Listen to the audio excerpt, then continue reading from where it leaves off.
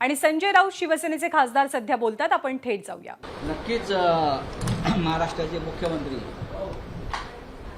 सन्माननीय उद्धव ठाकरे शिवसेना पक्षप्रमुख यांनी काल मुख्यमंत्री पदाचा राजीनामा दिला. स्वतः ते राज्यपालांकडे गेले.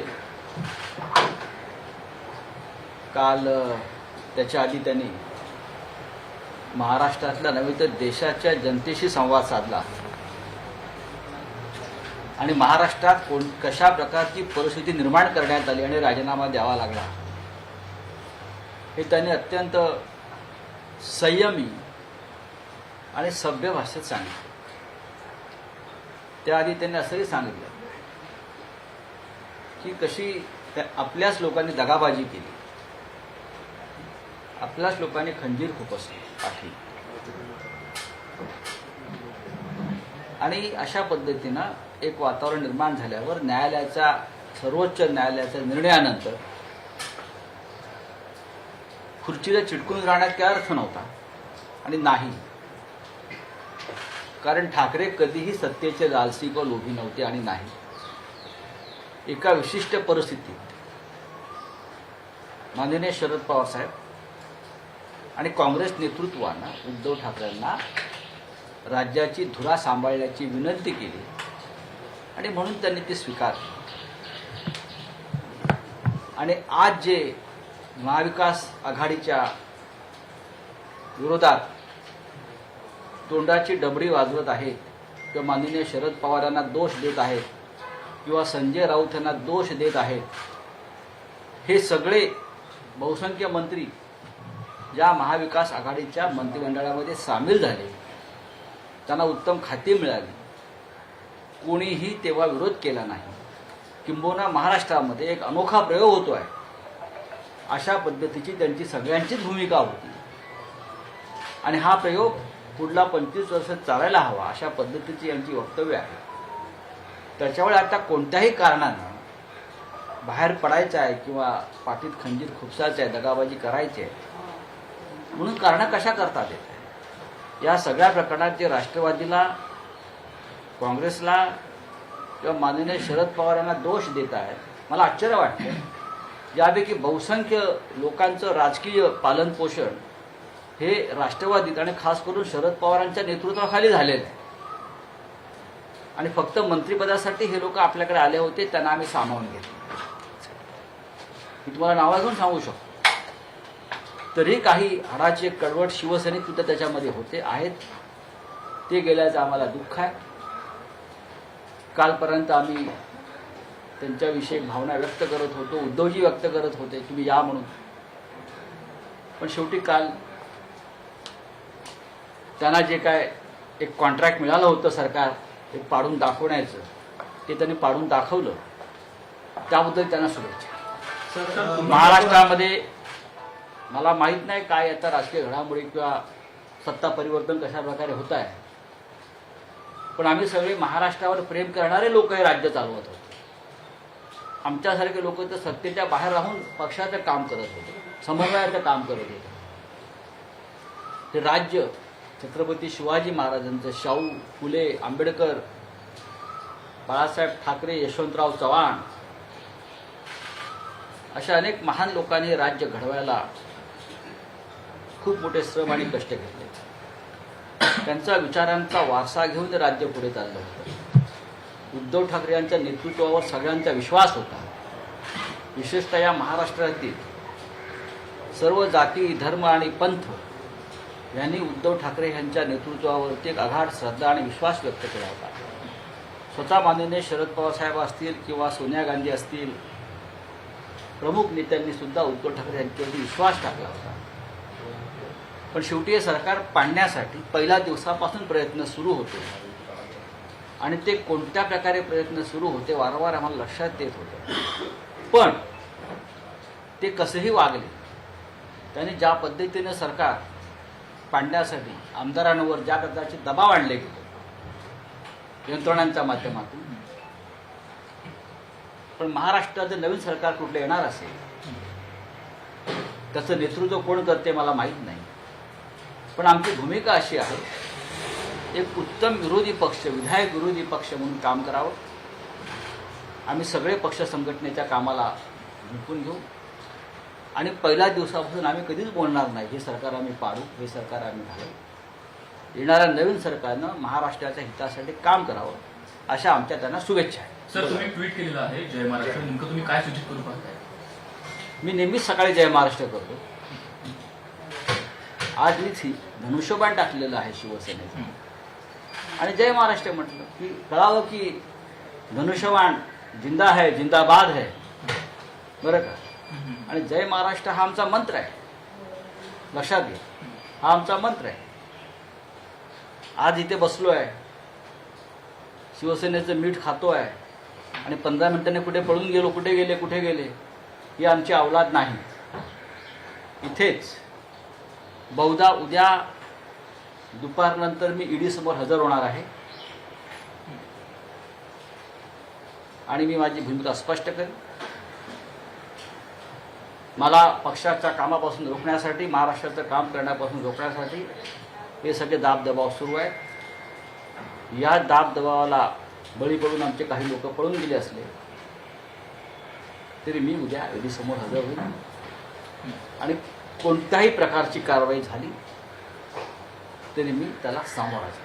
सर, बंडखोर आमदारांचं असं मत आहे की अजून आम्ही शिवसैनिक आहोत आणि भविष्यात आम्ही उद्धवजींना देखील कन्व्हिन्स करू. आज सकाळीच माझ्या एका आमदाराशी बोलणं झालं, मी नाव सांगत नाही. झाल्या प्रकाराबद्दल त्यांनी हळहळ व्यक्त केली. तुम्ही उद्धवजींना काय कन्व्हिन्स करणार? तुम्ही पक्ष फोडलेला आहे, पक्ष फोडायला निघालेला आहात, अनेक प्रकारची तुम्ही आयुधं वापरता आहात. ज्या पक्षाने 2.5 वर्षापूर्वी उद्धवजींचा घात केला, शिवसेनेचा घात केला, तुम्ही त्यांच्या मांडीला लावून बसता आहात. भारतीय जनता पक्षाशी आमचे व्यक्तिगत भांडण असण्याचं कारण नाही. हा एक तत्वाचा लढा होता, लढाई, या स्वाभिमानाची ती लढाई होती आणि त्यातून आम्ही एक सरकार स्थापन करावं लागलं आम्हाला. 2.5 वर्षापूर्वी जर काही व्यवस्थित चर्चा झाली असती, वाटाघाटी झाल्या असत्या, आमचं सगळ्यांचं म्हणणं ऐकलं असतं, कदाचित पुढला प्रयोग झाला नसता. हे सगळ्यांना माहिती आहे. तेव्हा आता कशा करता तुम्ही हे सगळे खेळ करताय? खेळ तुम्ही संपवलेला आहात, त्याचा अर्थ खेळ संपला असं होत नाही. हा काय कठपुतळ्यांचा खेळ नाही आहे. ही बाळासाहेब ठाकरेंची शिवसेना ही एक जिवंत ज्वलंत अशी शिवसेना आहे. ती संपवण्याचे प्रयत्न कोणी करू नये. जर कोणी स्वतःहून दूर गेले असतील तर त्यांनी त्यांचा वेगळा मार्ग स्वीकारावा. आम्ही आमचं काम करत राहू आणि ही बाळासाहेबांची शिवसेना पुन्हा एकदा आज आहेच, गगनाला गवसणी घालण्या इतपत आम्ही मोठी करू.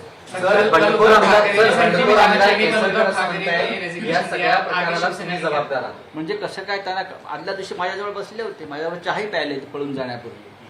केसरकर राष्ट्रवादीतूनच आलेले आहेत, आपल्याला माहीत असेल. त्याच्या आधी काँग्रेस पक्षामध्ये होते.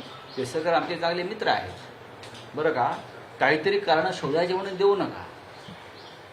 मी जबाबदार आहे किंवा शरद पवार जबाबदार आहे ही काय कारणं नाही.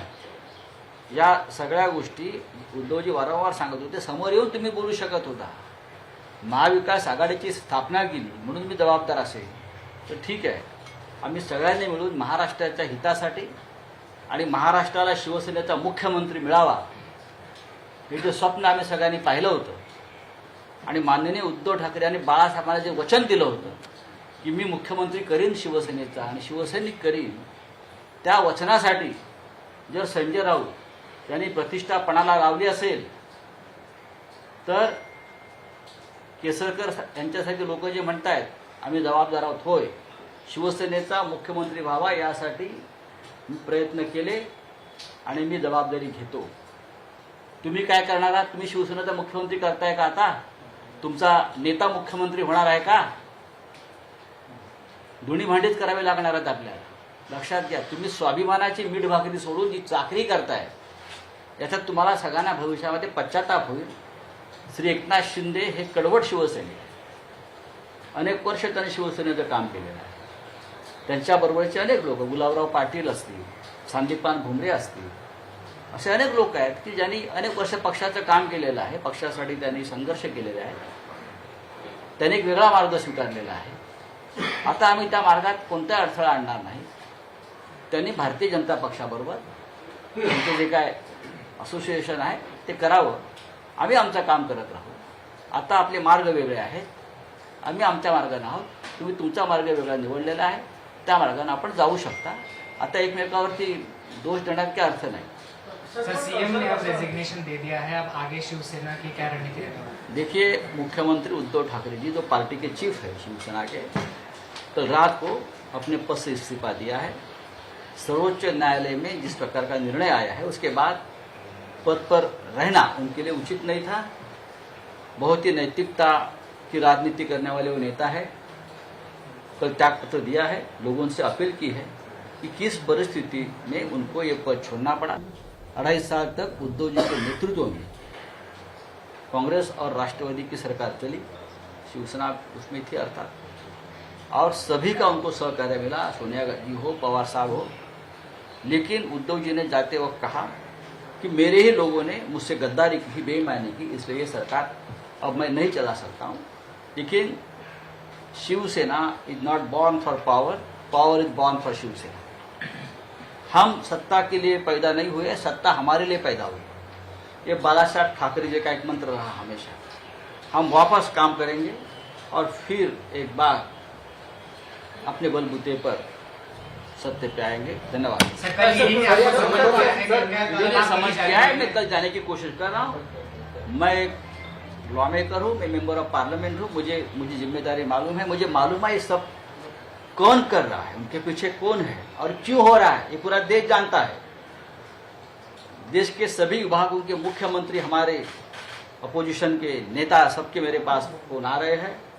और मैंने सबको कहा, अभी अभी मेरी पवार साहब से भी बात हुई. मैंने उनको भी कहा मैं कल जा रहा हूँ.